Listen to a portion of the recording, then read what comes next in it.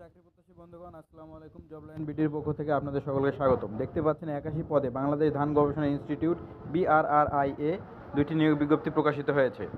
এটি ডেডলাইন হলো 30 অক্টোবর 2025।